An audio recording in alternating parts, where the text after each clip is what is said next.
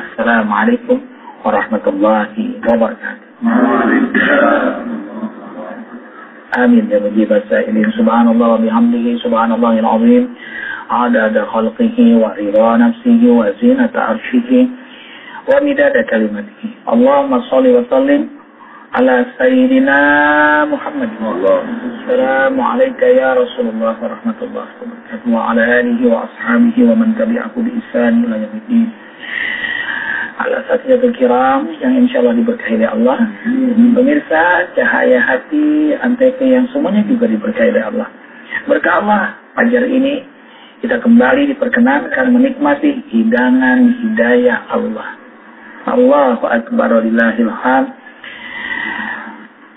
Bahasan kita tema fadilah salat, keutamaan salat bersama Ustadz Mardani. Silahkan Ustadz.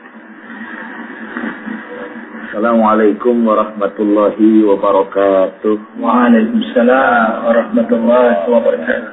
Pemirsa Cahaya Hati yang insya Allah dirahmati oleh Yang Maha Ilahi. Allah Subhanahu wa Ta'ala tidak akan menurunkan satu perintah jika sekiranya perintah itu tidak ada hikmah atau manfaat bagi yang melakukannya. Apapun yang Allah Subhanahu wa Ta'ala perintahkan kepada kita, sudah pasti perintah itu ada hikmah atau manfaat bagi yang melakukannya. Seperti apa misalnya? Salat contohnya. Kenapa Allah Subhanahu wa Ta'ala perintahkan kepada kita untuk melaksanakan salat? Apa kalau kita tidak melaksanakan salat, lalu Allah berhenti jadi Allah? Tidak. Atau kalau semua makhluk yang berada di atas permukaan muka bumi ini, mereka semuanya beribadah kepada Allah Subhanahu wa Ta'ala, lalu apakah dengan begitu Allah akan bertambah besar dengan kebesaran yang memang sudah besar? Pun juga tidak. Pendek kata, kita mau ibadah ataupun kita tidak mau ibadah, Allah tetaplah Allah. Dan dia tetap yang maha besar di atas kebesarannya yang memang sudah besar. Jadi kenapa Allah perintahkan kepada kita untuk melaksanakan sholat? Di antaranya, yang pertama, tujuan Allah Subhanahu wa Ta'ala perintahkan kepada kita untuk melaksanakan sholat karena sholat itu laksana tiangnya agama. Islam agama yang kita anut laksana satu bangunan, di mana syahadat sebagai fondasi, puasa zakat sebagai perisai dan dinding, haji sebagai atapnya, dan sholat laksana tiang-tiang yang menopang bangunan itu tersebut. Rasanya tidak ada di dunia ini satu bangunan yang berdiri dengan megah dan hebat kalau tanpa ditopang oleh tiang-tiang penyangga. Maka begitu pula dengan Islam tidak akan bisa tegas, tidak akan bisa kokoh kalau tanpa penganutnya ikut melaksanakan sholat di dalamnya. Nah, benarlah kiranya sabda baginda Nabi kita Muhammad sallallahu alaihi wasallam, as-salatu imaduddin, faman aqama faqad aqamadin, wa man tarakaha faqad hadamadin. Jadi siapa orang yang mendirikan sholat, berarti dia telah menegakkan agama. Dan siapa orang yang meninggalkan sholat, berarti secara tidak langsung dia telah merobohkan agama. Itu yang pertama.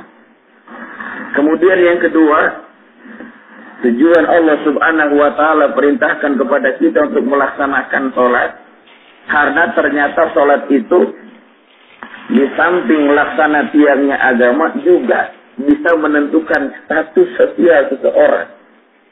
Dalam kitab An-Nasaihu Diniyah wal Wasai' al-Imaniyah diungkap tentang pentingnya sholat. As-sholatu imaduddin wa mahaluha minad-dini mahalu ra'si minal jasad. Sholat itu laksana tiangnya agama. Dan kedudukan sholat dalam agama bagaikan kepala dengan badan. Artinya apa? Fakama annahu la hayyata liman la ra'sa lahu. Manusia itu nggak bakalan bisa hidup kalau tanpa adanya kepala pada badannya. Dalam kehidupan kita sehari-hari, mungkin pernah kita jumpai, kita dapati, kita temui, ada orang yang nggak punya kaki, tapi dia punya kepala, masih dapat hidup. Ada orang nggak punya tangan, tapi dia punya kepala, masih dapat hidup. Bahkan ada orang yang nggak punya kaki dan tangan, asal dia punya kepala, masih dapat hidup. Pertanyaannya, dapatkah manusia hidup tanpa kepala pada badannya? Rasanya manusia itu nggak bakalan bisa hidup kalau tanpa adanya kepala pada badannya. Artinya apa? Jadi kalau ada orang Islam mengaku Islam, tapi dia nggak sholat, statusnya mungkin nggak jauh beda dengan apa yang dijelaskan dalam kitab An-Nasaihu Diniyah.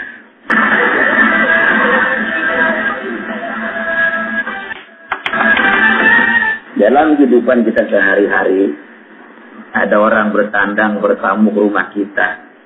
Dia ketok pintu, Assalamualaikum. Kita jawab, Waalaikumsalam. Begitu kita lihat, kakinya nggak ada, kepalanya ada. Dia berucap, Bu, Pak, tolong dong bagi saya sedekah. Udah 2 hari belum makan. Ada rezeki, kita kasih. Nggak ada, kita bisa bilang, maaf ya mas, besok gue balik lagi. Kita kan berani ngomong begitu. Datang lagi tamu ke rumah kita, Assalamualaikum, kita jawab Waalaikumsalam, kita buka, ada pengemis minta-minta, cuma tangannya nggak ada, kakinya ada, kepalanya ada. Ada, kita berani kasih, nggak ada, kita pun bisa ngomong, maaf ya mas, besok gue balik lagi. Bahkan ada orang yang ke rumah kita nggak punya kaki dan tangan, minta bantuan kepada kita, ada kita kasih, nggak ada, berani ngomong, berani berbicara, maaf ya mas, besok gue balik lagi. Loh, ini ada datang orang ke rumah kita, kakinya ada, tangannya ada, ketok pintu, tahu pakai apa ngetoknya? Pakai kaki kali mas. Minta sodako, kira-kira mau ngasih apa mau pergi gitu ini? Ya rasanya kabur. Kenapa? Alamnya sudah beda. Jadi jangan buru-buru marah lah. Kalau kita ngaku Islam, kita nggak sholat, ya statusnya tadi nggak jauh beda seperti itu. Begitu jamaah. Ini sayangnya Ustaz, yang dengar cahaya hati ini, yang rajin sholat subuh, yang nggak punya kepala nggak nyaksinin. Iya. Kemudian keutamaan sholat yang berikutnya, tujuan Allah Subhanahu Wa Taala perintahkan kepada kita untuk melaksanakan sholat, karena sholat itu adalah satu amaliyah, satu perbuatan yang mampu mencegah diri si pelakunya dari perbuatan keji dan munkar. Itu Allah nyatakan dalam Al-Quran, wa aqimis sholat, inna sholata tanha anil fahsya'i wal munkar. Dan dirikanlah sholat, karena sesungguhnya sholat itu mampu mencegah diri si pelakunya dari perbuatan keji dan munkar. Nah, lewat ayat ini muncul pertanyaan dalam diri kita. Sholat yang bagaimana sih yang mampu mencegah diri si pelakunya dari perbuatan keji dan munkar? Suatu terkadang kita bingung. Ada orang yang sholatnya rajin, tapi maksiatnya lebih tekun. Sementara kata Allah, sholat mampu mencegah diri si pelakunya dari perbuatan keji dan munkar. Pemirsa saya hati yang insya Allah dirahmati oleh Allah Subhanahu Wa Taala. Sholat yang mampu mencegah diri si pelakunya dari perbuatan keji dan munkar. Yang pertama, sholat yang dilaksanakan dengan ilmunya. Sebab segala amal, semua perbuatan, apapun yang kita lakukan, kalau tanpa didasari dengan ilmunya, ibadah kita tidak akan diterima oleh Allah Subhanahu Wa Taala. Imam Ibn Ruslan pernah berkata, "Fakullu man bi ghairi ilmin ya'malu a'maluhu mardudatun la tuqbalu." Siapa orang yang beramal ibadah tanpa disertai dengan ilmunya, maka semua amal ibadahnya ditolak, tidak diterima. Udah ditolak, tidak diterima. Peribahasa mengatakan, sudahlah jatuh aci pakai ketiban, tiba apa ember. Nah itu yang Masya Allah. Analisa saya nih Bang. Jangankan kita sholat, sedekah, haji, umrah termasuknya, Nyai Rasul loh. Kalau nggak tahu ilmunya itu bahaya. Orang yang tahu ilmunya itu, nyayur asam itu kan ketika air mendidih. Air mendidih Bang, bahasa Arabnya gulak-gulak. Air mendidih dimasukin bumbu. Setelah bumbu dimasukin diseleksi. Maksudnya ninjo kerasan masuk duluan. Supaya apa? Nangka kerasan masuk duluan, jagung kerasan masuk duluan, supaya belakangan. Itu yang tahu ilmunya. Dia nggak tahu ilmunya. Air mendidih, masukin bumbu, tuang semuanya. Kenyataannya apa yang terjadi? Ternyata jagung belum matang, supaya udah moncrot. Ibadah juga demikian. Oh, ini ahamnya muhim. Ada skala prioritas ilmu ini. Oh iya. Tukang sayur. Lanjutkan Ustaz. Tadi yang pertama, kemudian yang kedua, sholat yang bagaimana yang mampu mencegah diri si pelakunya dari perbuatan keji dan munkar. Sholat yang dilaksanakan dengan dua hakikat. Sebab sholat yang kita laksanakan sehari semalam 5 waktu memiliki dua hakikat. Satu, hakikat zohir. Dua, hakikat batin. Sholat yang bagaimana yang mampu mencegah diri si pelakunya dari perbuatan keji dan munkar. Sholat yang dilaksanakan dengan dua hakikat. Sebab sholat yang kita laksanakan sehari semalam 5 waktu memiliki dua hakikat. Satu, hakikat zohir. Dua, hakikat batin. Nah, dua hakikat ini hendaknya dikolaborasikan, digabung menjadi satu kalau kita ingin sholat kita mampu mencegah diri kita dari perbuatan keji dan munkar. Maaf, barangkali ya termasuk kita para asyati kan disebutnya doang asyati, barangkali ibadah kita pun masih kena tergoda ketika kita melaksanakan sholat, mulut mengucap tapi hati bisa kemana tahu kan. Ya benar, bila Allah Akbar itu terjadi ketika belum sholat, nyari dompet susah banget, begitu takbir ketemu apa gua taruh di bawah itu. Kan kayak seperti itu. Ini baru johir saja, belum batinnya. Nah, bagaimana sholat itu mampu mencegah si pelakunya dari perbuatan keji dan munkar. Jalan kita dan tangga dikatakan masalul lagi yusbilul malikin azim yang sifatkan maisatan la ruhasiha.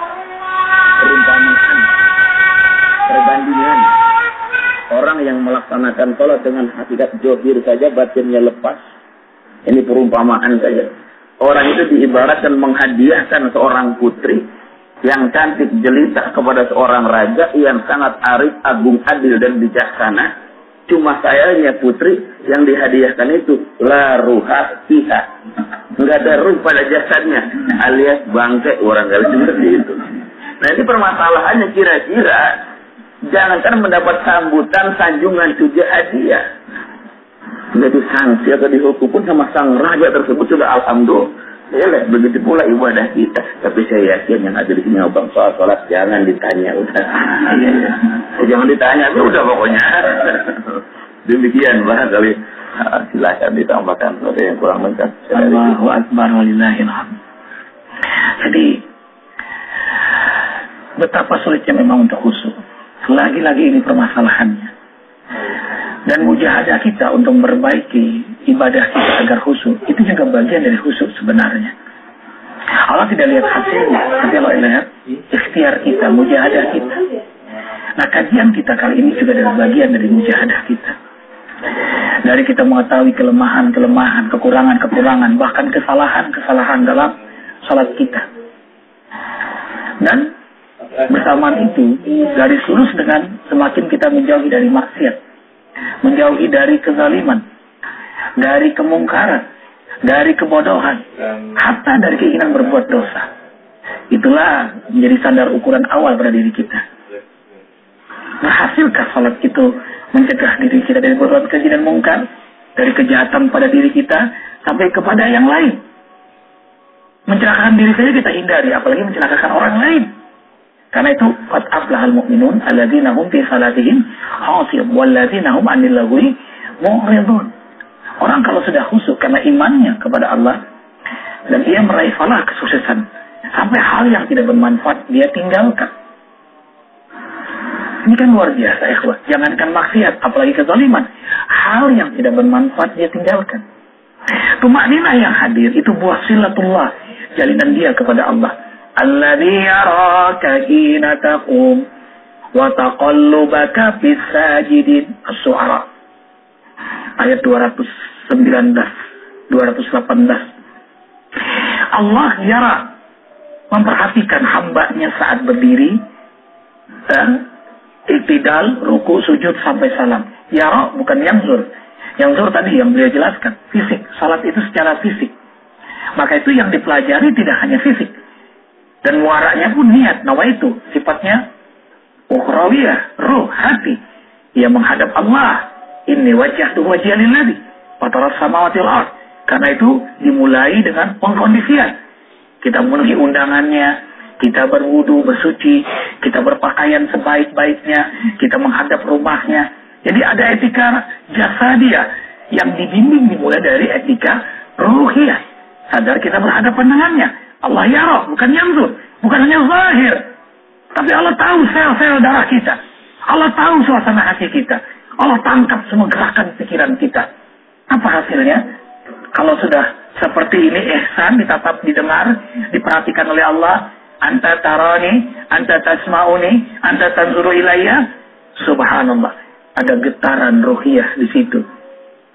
Ada khauf, ada roja, tumakninah hasilnya. Maka sholat yang seperti inilah membawa akhlak yang tumakninah. Terima kasih Ustaz Mardani, terima kasih al-asatiyatul kiram. Subhanakallahumma bihamdika asyhadu an la ilaha illa anta astaghfiruka wa atubu ilaik. Wabillahi taufiq wal hidayah. Wassalamu alaikum warahmatullahi wabarakatuh. Allahumma salli wa sallim ala sayyidina wa maulana Muhammadin adada ma fi ilmillahi salatan daimatan bidawah